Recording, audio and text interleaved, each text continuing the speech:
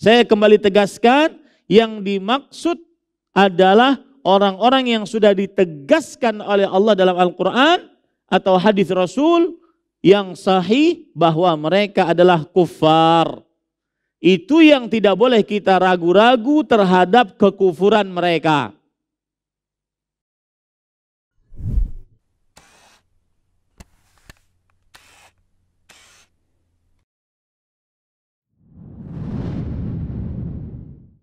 Assalamualaikum warahmatullahi wabarakatuh. Bismillahirrahmanirrahim. Innal hamdalillah nahmaduhu wa nasta'inuhu wa nastaghfiruh wa na'udzu billahi min shururi anfusina wa sayyiati a'malina. Man yahdihillahu fala mudilla lahu wa man yudlil fala hadiya lahu.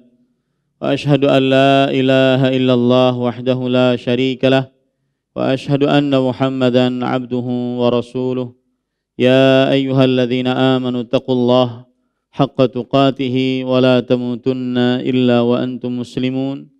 Ya ayyuhan nasu taqu rabbakumul ladzi khalaqakum min nafsin wahidah wa khalaqa minha zawjaha wa batha minhuma rijalan katsiran wa nisaa'a wattaqullaha alladzi tasaaluna bihi wal arham innallaha kana 'alaikum raqiba.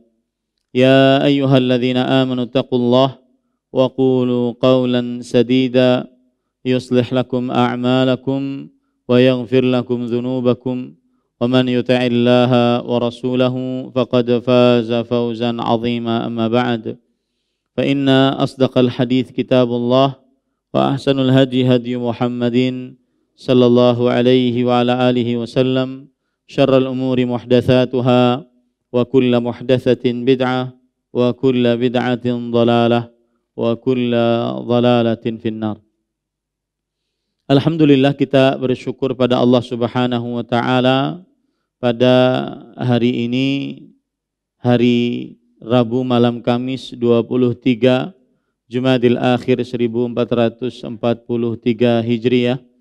Kita dimudahkan oleh Allah Subhanahu wa taala untuk kembali duduk bersama di Masjid Imam Syafi'i Banjarmasin, Kalimantan Selatan dalam sebuah kajian rutin setiap Rabu malam Kamis membaca dan mempelajari matan Nawaqidul Islam, pembatal-pembatal keislaman yang ditulis oleh Al-Imam Syekhul Islam Muhammad bin Abdul Wahhab bin Sulaiman bin Ali At-Tamimi rahimahullah. Salawat dan salam semoga selalu Allah berikan kepada Nabi kita Muhammad sallallahu alaihi wa ala alihi wasallam, pada keluarga beliau, para sahabat serta orang-orang yang mengikuti beliau sampai hari kiamat kelak. Dengan nama-nama Allah yang husna dan sifat-sifatnya yang ulia, kita berdoa, Allahumma inna nas'aluka ilman nafi'an wa rizqan tayyiban wa amalan mutaqabbala. Allahumma amin. Ahibati fillah, afanillahu iyyakum, para jamaah sekalian Masjid Imam Syafi'i, Bapak Ibu saudara-saudari yang saya cintai karena Allah. Semoga Allah Subhanahu wa taala selalu memberikan afiat kepada kita. Pada kesempatan kali ini kita membaca pembatal keislaman yang baru, yaitu qala al-musannif rahimahullah an-naqidu tsalits man lam yukaffiril musyrikin aw syakka fi kufrihim aw sahhaha madhhabahum kafara.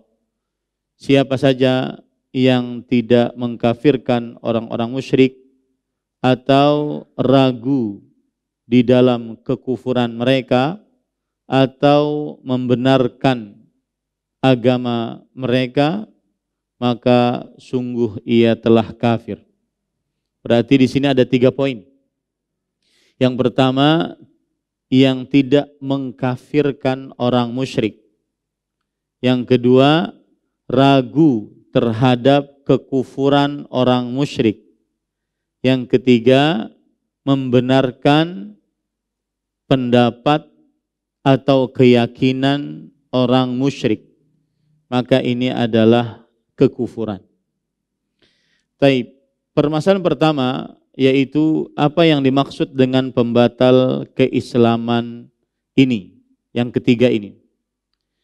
Yang dimaksud adalah bahwa siapa saja, perhatikan baik-baik ini, siapa saja yang dihukumi oleh Allah Subhanahu wa taala dengan kekufuran. Maksudnya baik dari Al-Qur'an atau hadis Rasul sallallahu alaihi wasallam. Siapa saja yang dihukumi oleh Allah Subhanahu wa taala dengan kekufuran, baik dari kaum Yahudi atau Nasrani atau orang-orang musyrik atau orang-orang murtad atau selain mereka yang dijelaskan oleh dalil-dalil yang tegas tentang kekufuran mereka, maka wajib bagi seorang muslim untuk menetapkan kekufuran mereka dan tidak boleh ragu di dalam kekufuran mereka. Saya ulangi, maksud dari pembatal keislaman ini adalah siapa saja yang dihukumi oleh Allah dengan kekufuran, baik itu Yahudi, Nasrani, orang-orang musyrik, orang-orang murtad, dan selain mereka, berdasarkan dalil-dalil dari Al-Quran atau hadis-hadis Rasul sallallahu alaihi wasallam tentang kekufuran mereka, maka wajib bagi seorang muslim untuk memastikan kekufuran mereka, untuk menetapkan kekufuran mereka, dan tidak boleh ragu tentang kekufuran mereka. Siapa yang ragu, maka dia kafir. Siapa yang tidak menetapkan kekafiran orang-orang yang sudah ditetapkan oleh Allah dalam Al-Quran ataupun melalui hadis-hadis Rasulullah sallallahu alaihi wasallam yang sahih, maka dia kafir. Karena ini adalah kelaziman dari tauhid. Siapa yang mentauhidkan Allah di dalam beribadah, maka kelazimannya adalah mengkafirkan orang-orang yang tidak mentauhidkan Allah. Kelazimannya adalah mengkufuri Tuhan-Tuhan selain Allah. Ya, ingat itu baik-baik. Mengapa orang yang tidak mengkafirkan orang kafir, tidak mengkafirkan kaum Yahudi, tidak mengkafirkan kaum Nasrani, tidak mengkafirkan orang-orang musyrik, tidak mengkafirkan orang-orang murtad, maka dia kafir? Karena berarti dia tidak mengerjakan apa? Kelaziman tauhid. Seorang yang bertauhid berarti dia la ilaha. Dia meniadakan Tuhan selain Allah, mengkufuri Tuhan selain Allah, dan illallah, menetapkan ibadah hanya kepada Allah.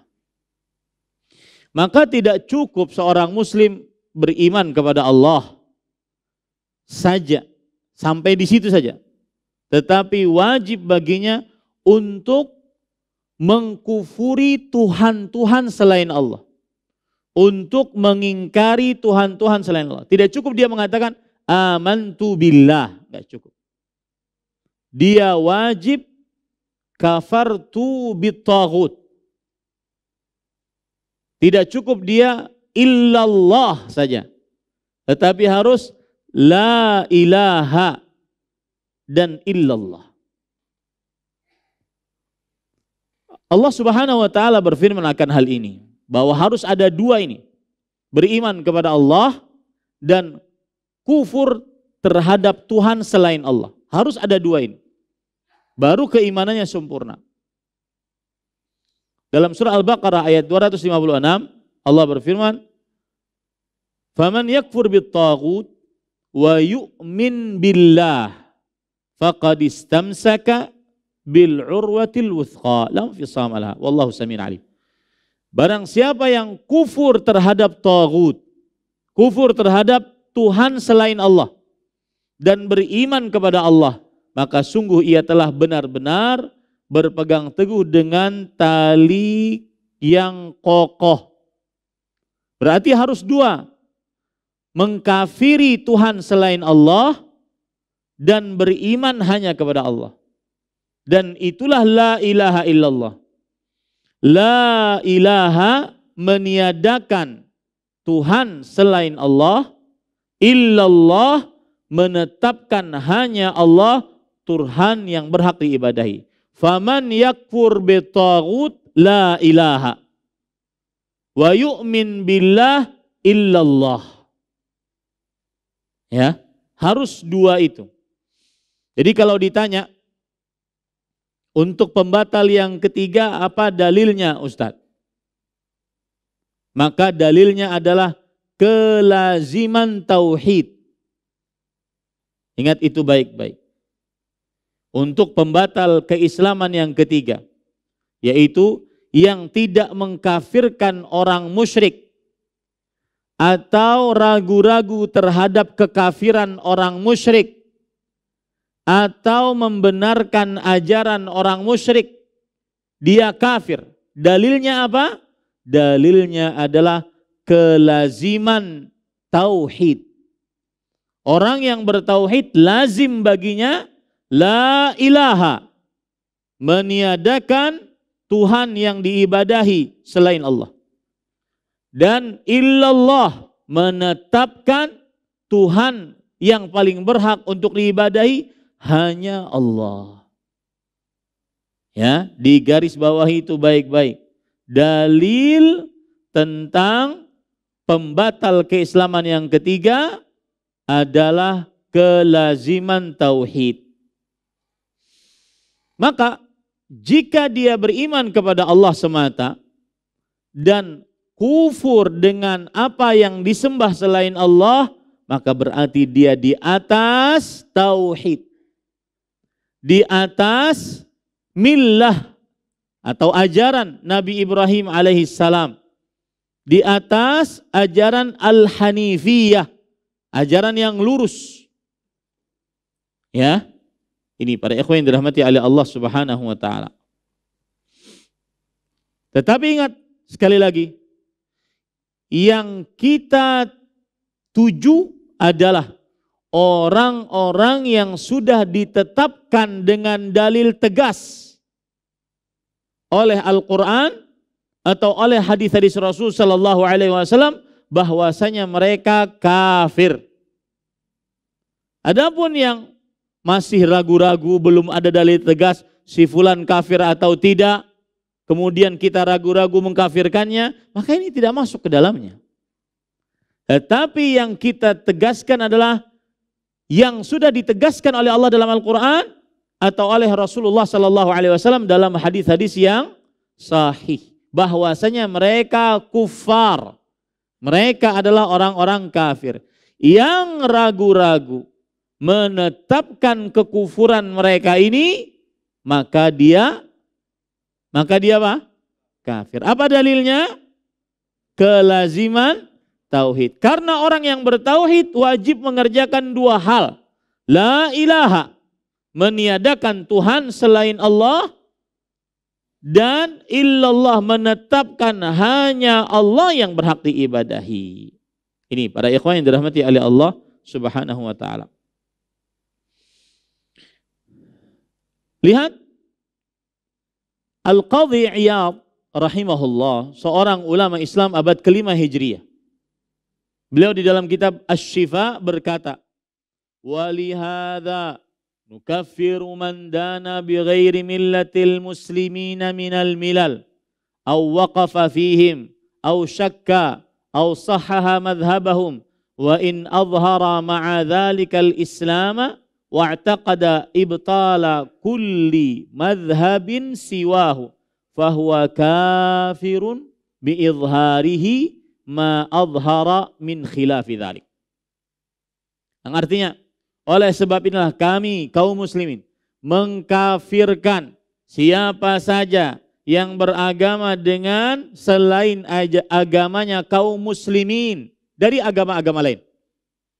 Atau berdiam menghukumi kekafiran mereka, absen. Saya nggak tahu, kafir nggak orang itu. Ya, saya diam aja. Saya tidak mau komentar, no comment. Orang Yahudi, Nasrani kafir atau enggak? Dia diam. Termasuk dalam ini. Atau ragu-ragu terhadap kekufuran mereka. Atau membenarkan ajaran mereka. Meskipun yang ragu-ragu tadi, yang tidak mau mengkafirkan tadi, yang berdiam diri tadi, meskipun memperlihatkan keislaman, meskipun sholat, meskipun puasa, zakat, haji, tapi dia ragu-ragu jangan-jangan kaum Yahudi Nasrani benar. Jalannya saja berbeda. Seperti konsep piramida yang diusung oleh kaum-kaum liberal. Islam yang paling dekat menuju titik kebenaran.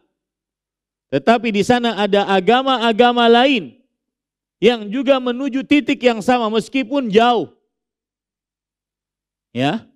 Maka yang ragu-ragu terhadap kekafiran orang-orang kafir meskipun mengerjakan keislaman dan meyakini batalnya setiap agama selain Islam, maka dia kafir. Maka dia kafir. Jadi begini maksudnya. Ada orang kalau ditanya, kamu beragama apa? Islam. Berarti kamu muslim. Iya. Agama Nasrani, agama yang batil atau tidak? Batil. Kata dia. Kamu sholat? Iya, saya sholat. Kamu puasa? Iya, saya puasa. Baik. Sudah begitu?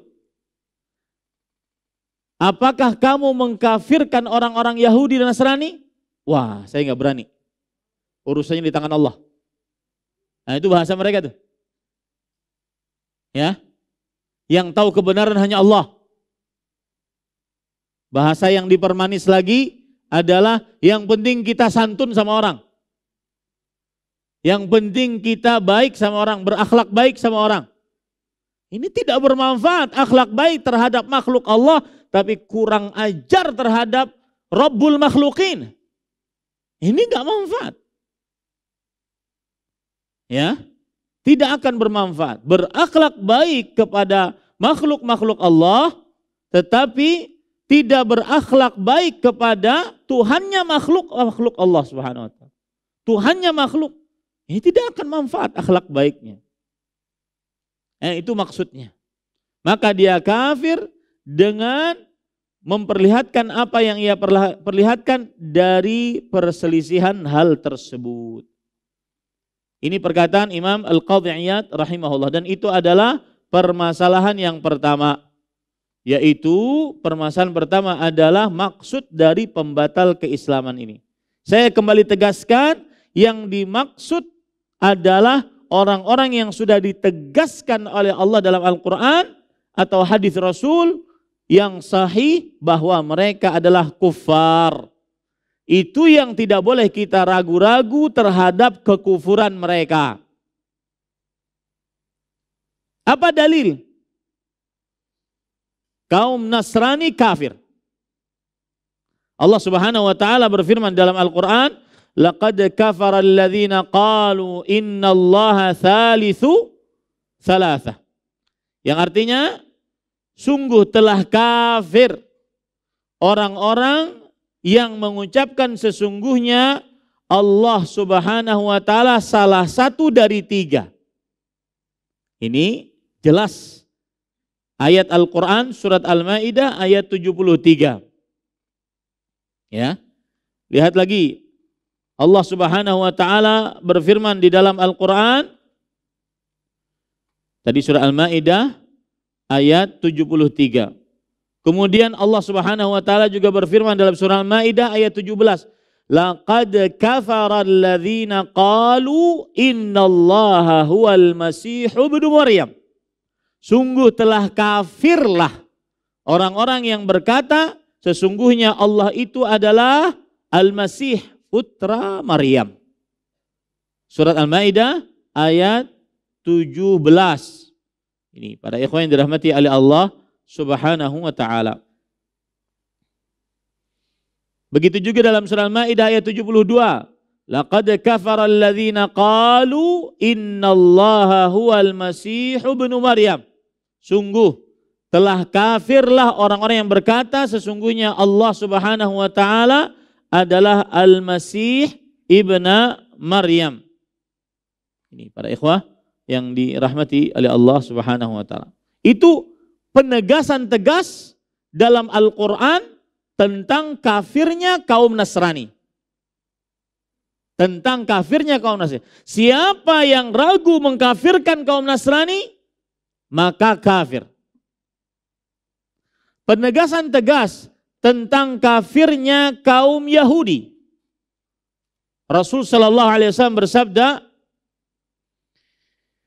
di dalam hadis yang sahih bahwasanya la yasma'u bi ahadun min hadhil ummati yahudiyun wala nasraniyun thumma lam yu'min billadhi ursiltu bih illa kana min ashabin nar. Yang artinya tidaklah mendengar akanku dari umat ini Yahudi dan Nasrani. Lihat ada kata-kata Yahudi. Kemudian ia tidak beriman dengan apa yang aku bawa dari risalah. Melainkan ia penghuni neraka. Ini menunjukkan jelasnya kekufuran orang-orang Yahudi dan Nasrani. Maka yang ragu terhadap kekafiran orang kafir Yahudi dan Nasrani, padahal sudah ditetapkan dalam Al-Quran dan hadis, maka dia kafir.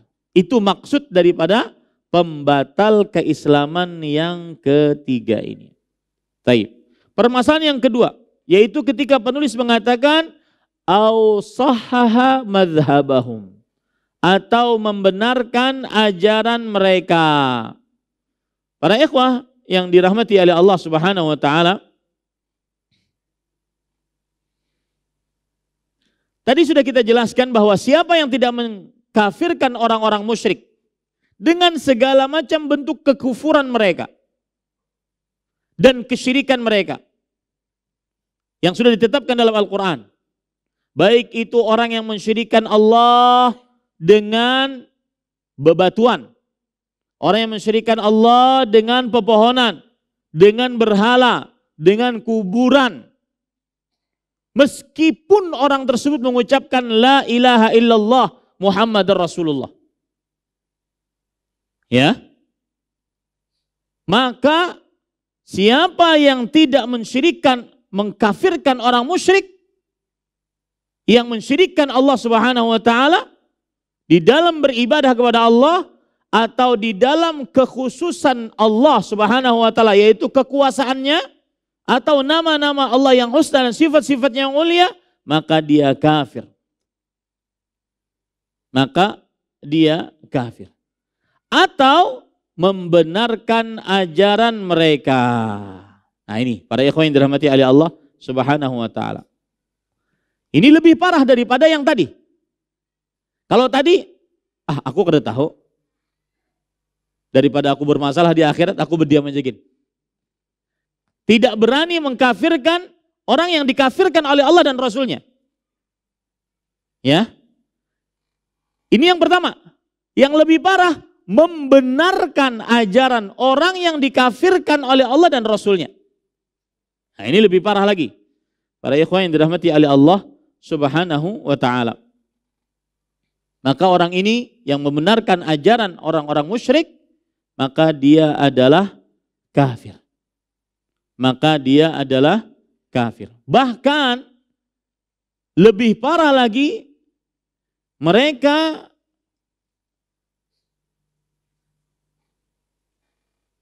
mengumpulkan ajaran-ajaran tersebut menjadi satu ajaran yang mereka dengung-dengungkan, yaitu wahdatul adyan atau taqarubul adyan, yang artinya menjadikan satu kesatuan antar agama, mendekatkan agama satu dengan yang lainnya, mengatakan bahwasanya Islam, agama Yahudi, dan agama Nasrani seluruhnya adalah agama yang benar. Ini tidak bisa. Masa benar, mereka benar, padahal mereka mensyirikkan Allah Subhanahu wa ta'ala? Ini tidak benar. Hati-hati, di zaman sekarang dengan polesan-polesan duduk bersama, bisa bareng bersama, tapi ujung-ujungnya menyamakan semua agama. Ya bisa. Tidak diperbolehkan. Yang kita yakini dalam Al-Quran kita, inna dina indalas. Kalau hanya sekedar duduk bersama, ngobrol, gak jadi masalah. Tetapi ujungnya menjadikan semua agama sama, maka ini tidak benar. Bertentangan dengan Al-Quran. Dengan dalil yang begitu tegas. Wa man yabtaghi ghairal islami dinan falan yuqbala min wa huwa fil akhirati minal khasirin. Siapa yang mencari selain Islam sebagai agama, maka tidak akan diterima darinya. Tidak akan pernah diterima. Dan dia di akhirat termasuk orang-orang yang merugi. Ini yang dimaksud dengan membenarkan ajaran mereka. Ini lebih parah daripada hanya tidak mengkafirkan mereka. Tidak mengkafirkan kaum Yahudi, tidak mengkafirkan kaum Nasrani, tidak mengkafirkan orang-orang musyrik.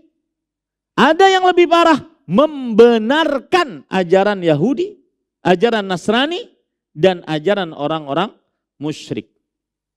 Ini para ikhwah yang dirahmati oleh Allah Subhanahu wa ta'ala. Taib. Kemudian permasalahan yang ketiga.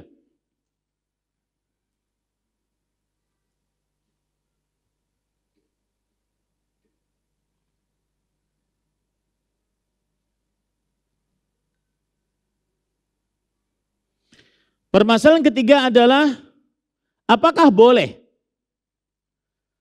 mengucapkan kepada Yahudi atau Nasrani, mereka adalah saudara-saudara kita dalam iman. Maka perhatikan para ikhwan yang dirahmati oleh Allah Subhanahu wa taala, perkataan Imam An-Nawawi rahimahullahu taala di dalam kitab Al-Minhaj Syarah Nawawi ila Sahih Muslim. Permasalahan ketiga apa? Bolehkah kita mengatakan ini saudara-saudara kita dalam iman? Kita cuma berbeda syariatnya saja. Sebenarnya sama saja agamanya. Bolehkah mengatakan kepada Yahudi, Nasrani, saudara-saudara kita seiman? Maka jawabannya, perhatikan baik-baik. Wattafaqa ahlus sunnah minal muhaddithina wal fuqaha'i wal mutakallimina ala anna al-mu'mina alladhi yuhkamu bi annahu min ahli al-qiblah wa la yukhalladu fin nar la yakunu illa man i'taqada bi qalbihi dinal Islam i'tiqadan jaziman khaliyan minasy syukuk wa nataqa bis syahadatain fa in iqtasara ala ihdahuma lam yakun min ahli al-qiblah aslan illa ajaza anin nutqi li khalalin fi lisani aw li adami tamakkuni minhu li mu'alajati al-maniyah aw li ghairi dzalika fa innahu yakunu mu'minan. Ahlu sunnah bersepakat dari ahli hadis, dari ahli fikih, dari ahli kalam bahwasanya orang beriman yang dihukumi dia adalah ahlul kiblah tidak kekal di dalam neraka, tidak akan terjadi kecuali yang meyakini di dalam hati benarnya ajaran agama Islam dengan keyakinan yang kokoh, yang terlepas dari keraguan-raguan sedikit pun. Harus yakin bahwasanya Islam adalah agama yang paling benar. Agama yang jika seseorang mati di atasnya tidak akan pernah kekal di dalam neraka. Agama yang benar-benar diridhoi oleh Allah Subhanahu wa taala. Harus yakin di dalam hatinya. Kemudian yang kedua, wa nataqa bisyahadatain, dan mengucapkan 2 kalimat syahadat. Jika mencukupkan salah satu dari 2 tersebut, ya, maka tidak dinamakan muslim. Jika hanya mengucapkan 2 kalimat syahadat tetapi tidak meyakini di dalam hatinya kebenaran Islam, ragu-ragu tentang keislamannya, benar enggak sih agama Islam ini? Jangan-jangan agama lain juga benar. Ya. Maka para ikhwan yang dirahmati dan perhatikan, saya tadi siang baru melihat keyakinan ada agama yang baru yang dianut oleh anak-anak muda. Apa itu? Agama kemanusiaan. Kita sama manusia. Sudahlah, nggak ada Islam, nggak ada Yahudi, nggak ada Nasrani. Semuanya manusia. Yang penting kita baik sama orang. Kumpulin uang, kemudian berinfak, bersedekah kepada orang miskin. Karena mereka manusia, siapapun agamanya. Kita katakan nggak benar ini. Ya, ini mulai muncul, bahkan munculnya di tanah Arab. Hati-hati. Agama namanya agama kemanusiaan. Agama yang paling benar, inna dina indallahil Islam. Harus kita yakin itu.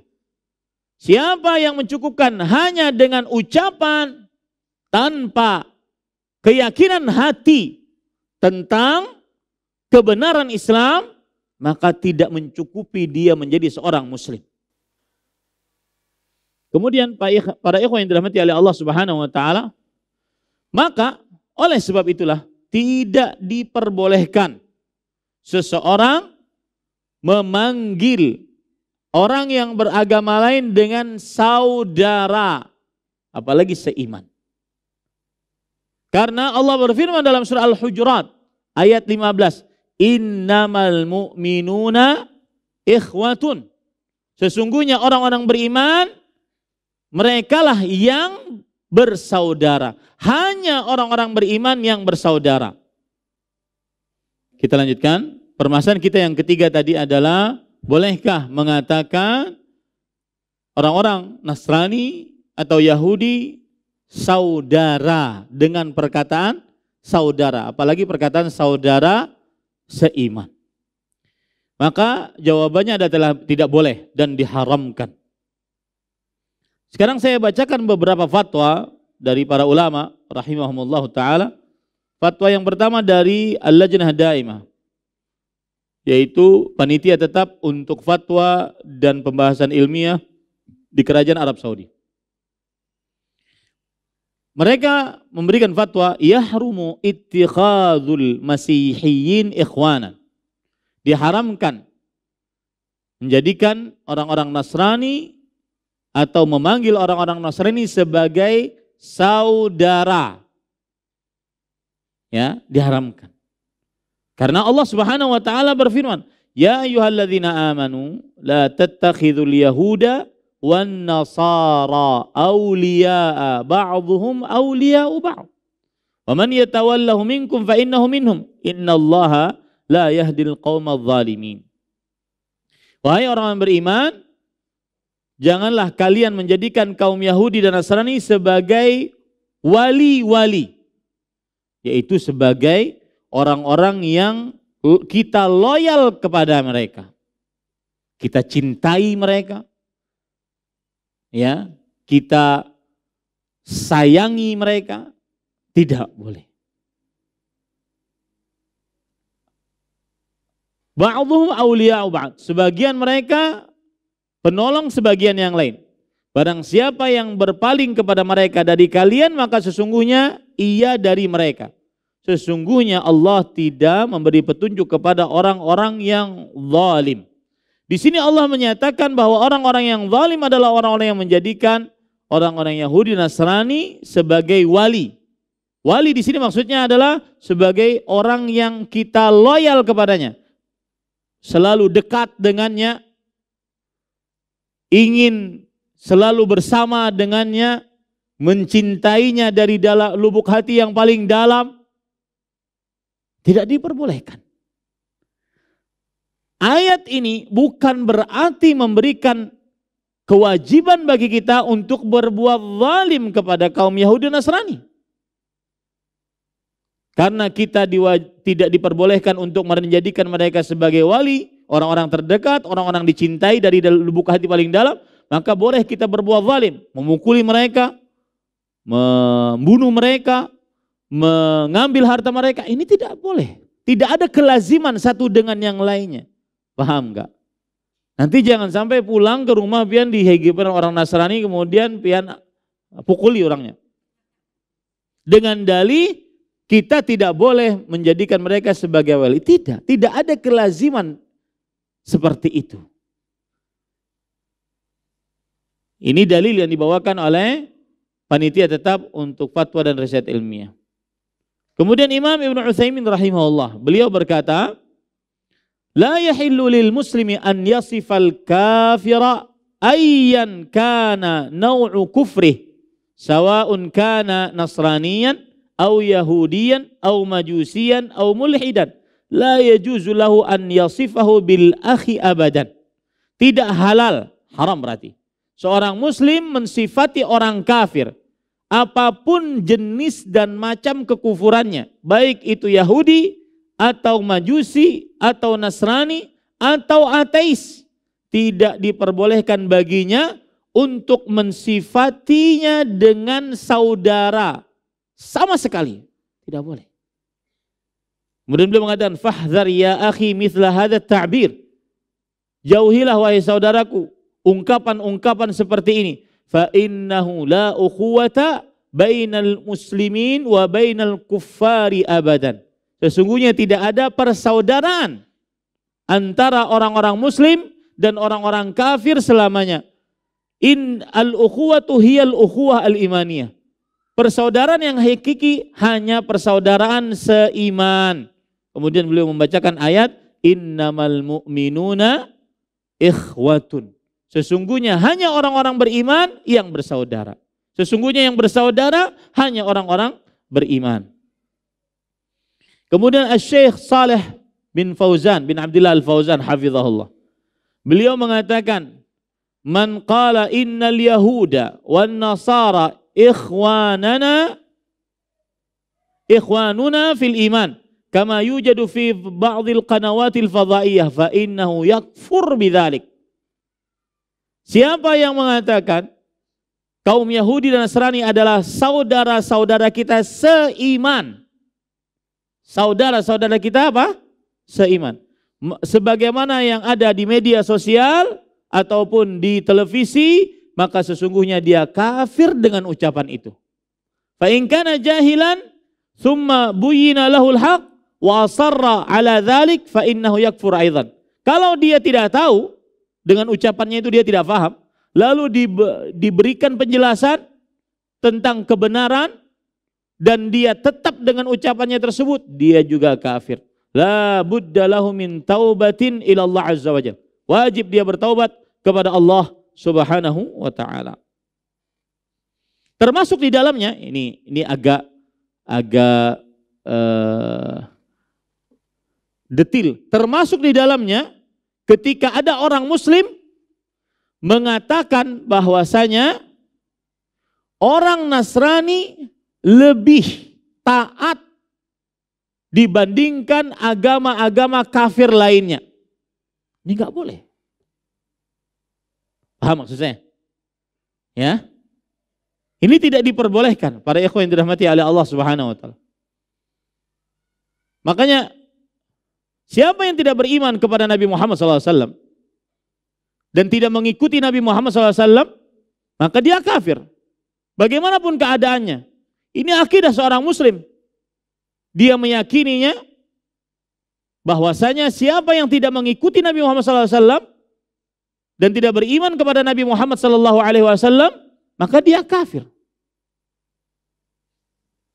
Siapa yang membenarkan agama Yahudi atau membenarkan apa yang dilakukan oleh kaum Nasrani dengan mengatakan bahwasanya kaum Yahudi ini lebih beragama dibandingkan orang-orang kafir lainnya, ini nggak boleh. Ini tidak diperbolehkan. Ya, pokoknya kafir-kafir, sudah tidak usah diberikan label apa-apa. Baik. Terakhir atau sebelum terakhir, para ikhwan yang dirahmati oleh Allah, permasalahan yang keempat adalah hukum-hukum yang berkaitan dengan pengkafiran orang kafir. Nah, ini penting. Kalau kita mengatakan kaum Yahudi, kaum Nasrani kafir, orang musyrik kafir. Ya. Apa hukum-hukum yang ada dalam pengkafiran tersebut? Yang pertama, wajib berlepas diri dan membenci kekufuran dan orangnya, walaupun kerabat terdekat. Konsekuensi dari mengkafirkan orang kafir adalah wajib berlepas diri dan membenci dari orang kafir tersebut, dari perbuatan kekufurannya tersebut, walaupun orang tersebut adalah kerabat paling terdekat. Bapak misalkan, seperti Nabi Ibrahim alaihi salam.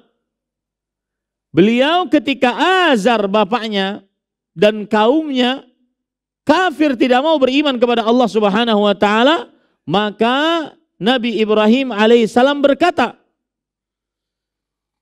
"Inna bura'u minkum." Kami berlepas diri dari kalian. "Wa mimma ta'buduna min dunillah." Dan dari apa saja yang kalian ibadahi selain Allah. "Kafarna bikum." Kami mengkufuri kalian. Wa bada bainana wa bainakumul adawata wal baghdha'u abadan hatta tu'minu billah. Dan nampak antara kami, Nabi Ibrahim, dengan kalian permusuhan, kebencian selamanya hatta tu'minu billahi wahdah. Sampai kalian beriman kepada Allah semata.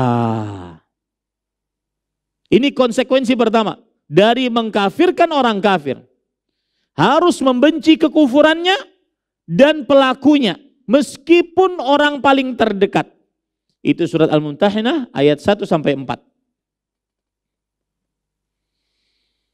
Kemudian juga dalam surah Al-Mujadilah ayat 22, la tajidu qauman yu'minuna billahi wal yawmil akhir yuaduna man haddallaha wa rasulahu walau kanu aba'ahum aw abna'ahum aw ikhwanahum asyiratahum ulaika kataba fi qulubihimul iman wa ayyadahum biruhim min. Kamu tidak dapati wahai Muhammad SAW orang-orang yang beriman kepada Allah dan hari akhir saling kasih mengasihi dengan orang yang membenci Allah dan Rasulnya, orang yang menentang Allah dan Rasul. Enggak mungkin.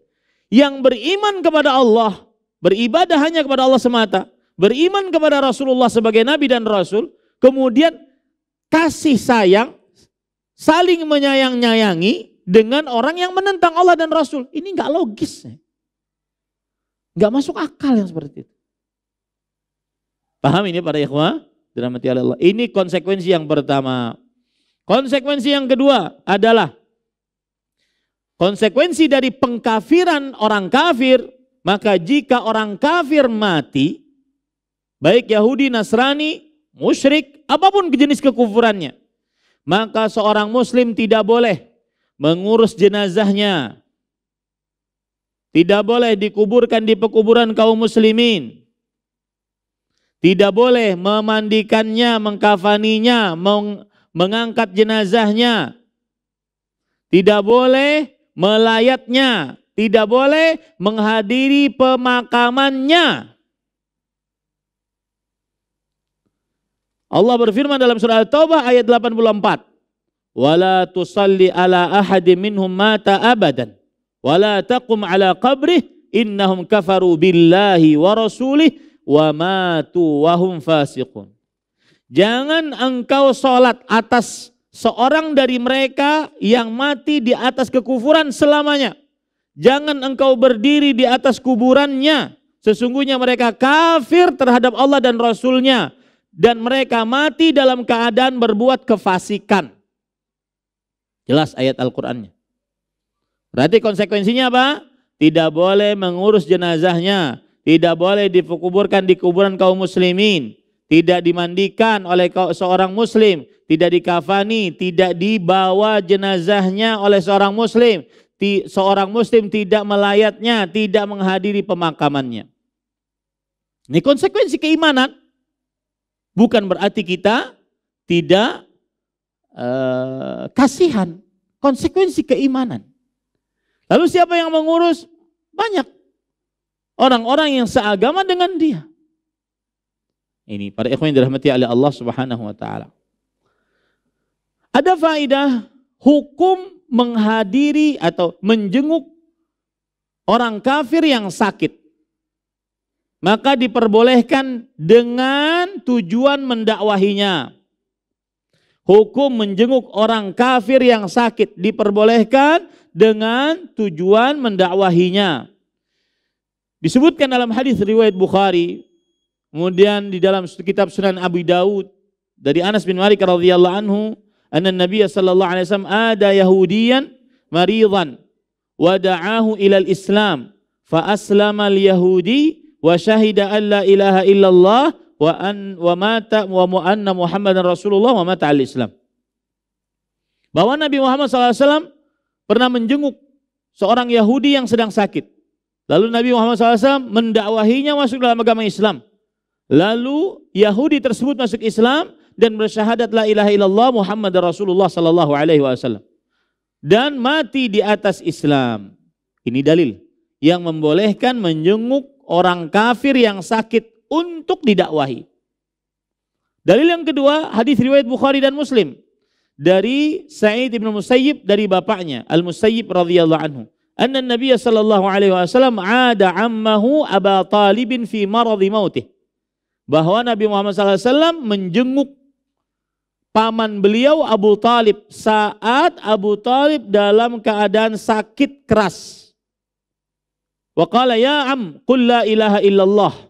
Wahai pamanku ucapkanlah la ilaha illallah. Tetapi pamannya enggan dan mengatakan dia di atas ajaran Abdul Muttalib. Ini dalil. Baik. Konsekuensi yang ketiga dari mengkafirkan orang kafir. Yang pertama tadi apa, Pak? Wajib berlepas diri. Wajib membenci kekufuran dan pelakunya meskipun kerabat yang paling dekat. Yang kedua adalah tidak mengurus jenazah orang kafir.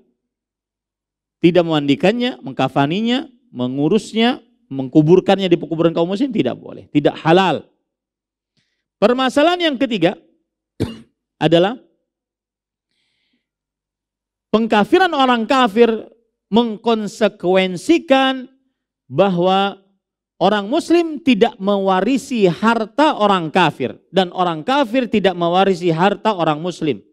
Karena Allah Subhanahu wa taala memutuskan hubungan di antara keduanya. Dalil yang menunjukkan akan hal ini adalah hadis riwayat Bukhari dan Muslim.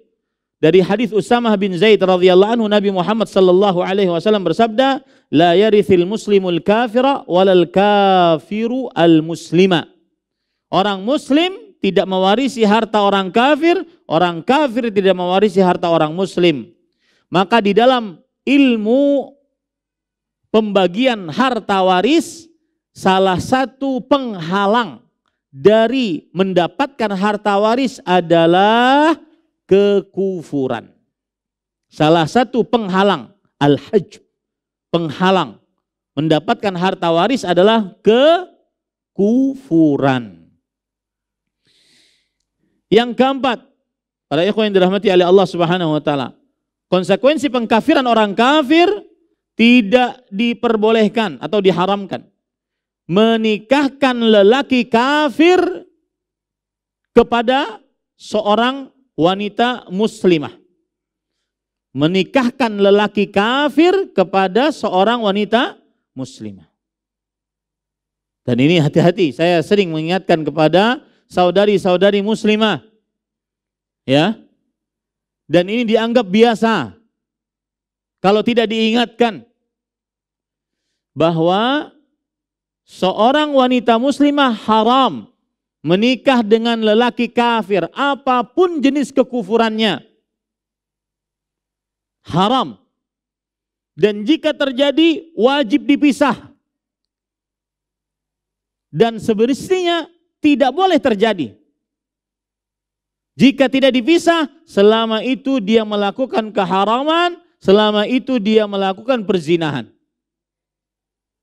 Allah berfirman dalam surah Al-Baqarah ayat 221, "Wala tankihul musyrikati hatta yu'minna wala amatum mu'minatun khairum min musyrikati walau a'jabatkum."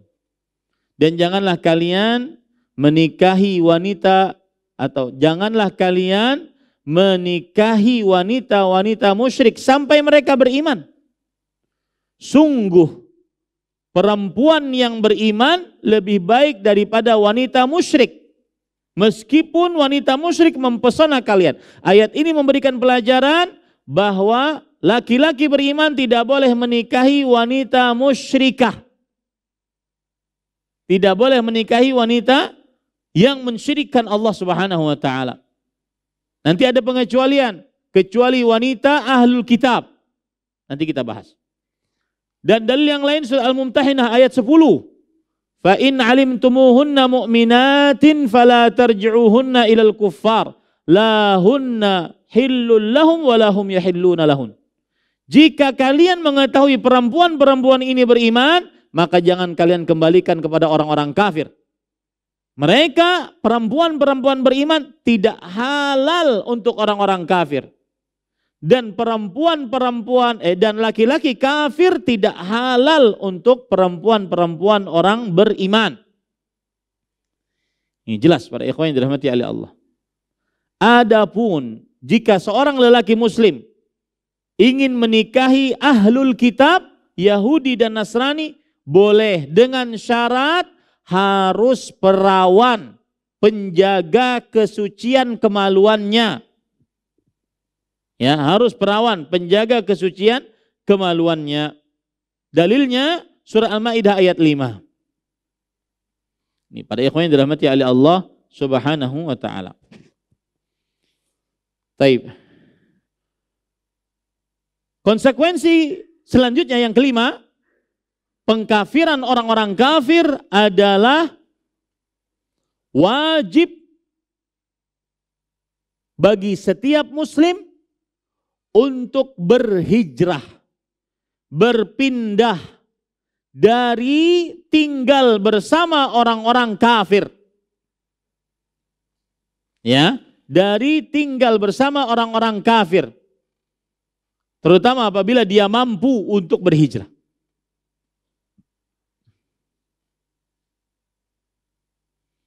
Dalil menunjukkan akan hal ini adalah surah An-Nisa ayat 97. An-Nisa ayat 97. Innal ladzina tawaffahumul malaikatu zalimi anfusihim. Sesungguhnya orang-orang yang diwafatkan oleh para malaikat, mereka telah berbuat zalim terhadap diri mereka sendiri. Para ulama tafsir mengatakan yang berbuat zalim terhadap diri mereka sendiri adalah hum alladzina taraku al-hijrah. Mereka yang tidak mau berpindah, tinggal bersama orang-orang muslim, tetapi maunya tinggal bersama orang-orang musyrik. Ini para ikhwan yang dirahmati oleh Allah. Dan dalil yang lain, hadis riwayat Imam Abu Daud dan Imam Tirmidzi dari Jarir bin Abdullah radhiyallahu anhu, Rasul sallallahu alaihi wasallam bersabda, "Ana bari'un min kulli muslimin yuqimu baina adhhuril musyrikin." Aku berlepas diri dari setiap muslim yang tinggal di tengah orang-orang musyrik. Yang tinggal di tengah orang-orang musyrik. Bahkan di dalam hadis riwayat Imam An-Nasai dari Bahz ibn Hakim, dari bapaknya, dari kakeknya, Rasulullah SAW bersabda, la yaqbalullahu min musyrikin ba'dama aslam amalan au yufariqul musyrikin ilal muslimin. Allah tidak menerima seorang yang baru masuk ke agama Islam, ya, sebuah amalan apapun, kecuali kalau dia memisahkan dirinya dari orang-orang musyrik dan bergabung dengan orang-orang Islam. Nih, hati-hati para ikhwah. Nah, di sini ada penjelasan para ikhwah. Sekarang di beberapa negara yang mayoritasnya agama selain Islam, hidup di tengah-tengahnya kaum muslimin. Dan mereka tidak berhijrah. Mereka tidak berpindah. Maka di sini terjadi beberapa keadaan. Asal hukumnya haram. Yang sanggup untuk berhijrah, wajib berhijrah. Kalau tidak, terkena ancaman Rasulullah SAW tadi. Bahwa Rasulullah SAW berlepas diri dari orang yang tinggal di tengah orang-orang musyrik. Jika sanggup. Nah, di sana ada keadaan-keadaan. Orang muslim tinggal di tengah negara mayoritas non-muslim. Tapi mereka bisa melaksanakan syariat Islam. Sholat Jumat, sholat 5 waktu, puasa Ramadan, sholat Idul Fitri, sholat Idul Adha, berkurban. Mereka bisa melaksanakannya. Bagaimana hukumnya? Paham maksud saya? Jadi yang pertama tadi, yang dia wajib berhijrah dari orang-orang musyrik adalah orang-orang yang sanggup untuk berhijrah. Dan dia tidak bisa mengamalkan syariat Islam. Maka orang ini haram tinggal di tengah orang-orang musyrik. Tidak sanggup mengamalkan syariat Islam. Dia wajib berhijrah dan dia sanggup untuk berhijrah.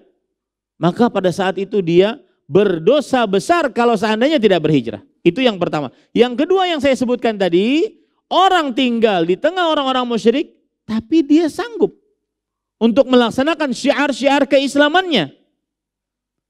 Dan dia sanggup untuk berhijrah. Bagaimana hukumnya? Hukumnya makruh dia tinggal di situ. Tetap disyariatkan untuk, ya, seperti beberapa negara sekarang. Di beberapa negara, kebanyakannya non-muslim. Tapi dia tinggal di daerah situ, dia punya masjid. Dia bisa sholat berjamaah, sholat Jumat, sholat Idul Fitri, Idul Adha, bisa puasa, bisa melaksanakan syiar Islam. Bagaimana orang seperti ini? Makruh tinggal di situ. Tetap disyariatkan untuk berhijrah ke penduduk kaum muslimin yang terbanyak. Yang ketiga, kalau seandainya dia tinggal di situ dan dia tidak sanggup untuk melaksanakan syiar-syiar Islam, tetapi dia tidak sanggup untuk berhijrah karena umur, karena biaya, keterbatasan biaya, maka pada saat itu dia tidak mengapa tinggal di situ, tetapi tetap wajib menjaga keislamannya. Nah, ini untuk tinggal, ya, untuk tinggal di negeri yang mayoritasnya non muslim. Ini para ikhwan yang dirahmati oleh Allah Subhanahu wa taala. Itu 5 konsekuensi hukum dari mengkafirkan orang-orang kafir. Yang pertama apa tadi para ikhwan? Wajib berlepas diri dan membenci kekufuran dan pelakunya, walaupun itu adalah para kerabat. Yang kedua apa? Tidak mengurus jenazah orang kafir, tidak memandikannya, tidak mengkafaninya, tidak menguburkannya, apalagi di pekuburan kaum muslimin, tidak melayatnya. Yang ketiga apa? Tidak mewarisi harta orang kafir, dan orang kafir tidak mewarisi harta orang muslim. Yang keempat apa? Tidak boleh menikahkan anak perempuan dengan lelaki yang muslimah dengan lelaki kafir, apapun jenis kekufurannya. Yang keempat, yang kelima apa? Wajib berhijrah, berpindah dari daerah yang mayoritasnya orang-orang kafir atau orang-orang musyrik. Dan tadi ada perinciannya. Perincian yang pertama apa? Jika dia muslim tinggal di negeri kafir dan tidak bisa melaksanakan syariat Islam dan sanggup berhijrah, maka wajib berhijrah. Kalau tidak berhijrah, maka dosa besar. Dosa besar dan Rasulullah SAW berlepas diri. Yang kedua, seorang muslim tinggal di tengah-tengah orang kafir, orang musyrik, tetapi bisa melaksanakan syariat Islam dan mampu untuk berhijrah. Apa hukumnya? Makruh. Yang ketiga, seorang muslim tidak sanggup untuk melaksanakan syariat Islam dan hidup di tengah-tengah orang musyrik, orang kafir, tetapi tidak sanggup untuk berhijrah, maka apa hukumnya? Mubah, boleh dia tinggal di situ selama tidak sanggup. Karena ketuaan, karena umur, karena kemiskinan, tidak ada biaya, karena perlu biaya para ikhwah.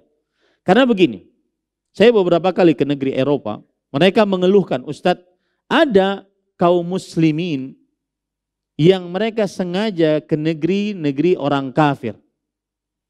Dan mereka ingin tinggal di situ, meminta permanen residen di situ dengan berbagai macam cara. Caranya macam-macam, subhanallah. Sampai kadang-kadang menggadaikan agama. Maka ini dikhawatirkan kekufuran. Sampai saya beri contoh, satu aja.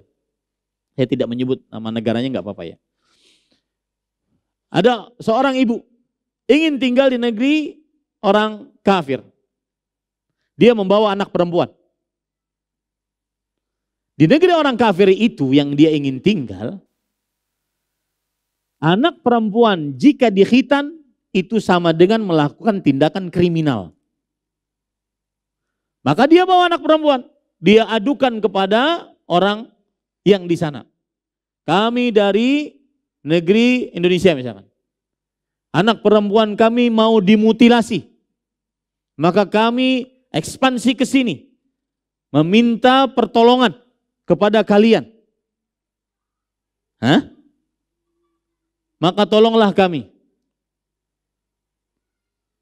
Dan bahkan kadang-kadang minta tolongnya kepada agama lain. Bahkan kadang-kadang tinggal di tempat peribadatan agama lain. Kenapa tinggal di situ? Karena diberi makan. Gratis. Karena ini dianggap adalah pelarian dari sebuah kriminal. Padahal khitan di dalam agama Islam untuk perempuan disyariatkan, disunnahkan. Nah ini tidak boleh para ikhwah. Ini namanya mencela agama sendiri. Demi dapat apa? Izin tinggal permanen. Demi dapat izin tinggal permanen. Harus melakukan seperti itu. Dan itu banyak terjadi. Nah ini hati-hati para ikhwan yang dirahmati oleh Allah Subhanahu wa taala. Alhamdulillah selesai itu yang bisa saya sampaikan. Nakhtatim bi kafaratul majlis. Masih ada 5 poin lagi dari hukum mengkafirkan orang-orang kafir, ada 5 poin. Kemudian nanti kita bahas permasalahan selanjutnya, yaitu apa saja yang mubah kita bermuamalah dengan orang-orang kafir. Nakhtatim bi kafaratil majlis. Subhanakallah bihamdik, asyhadu an la ilaha illa anta astaghfiruka wa atubu ilaik. Sallallahu nabiyana Muhammad walhamdulillahirabbil alamin. Wassalamualaikum warahmatullahi wabarakatuh.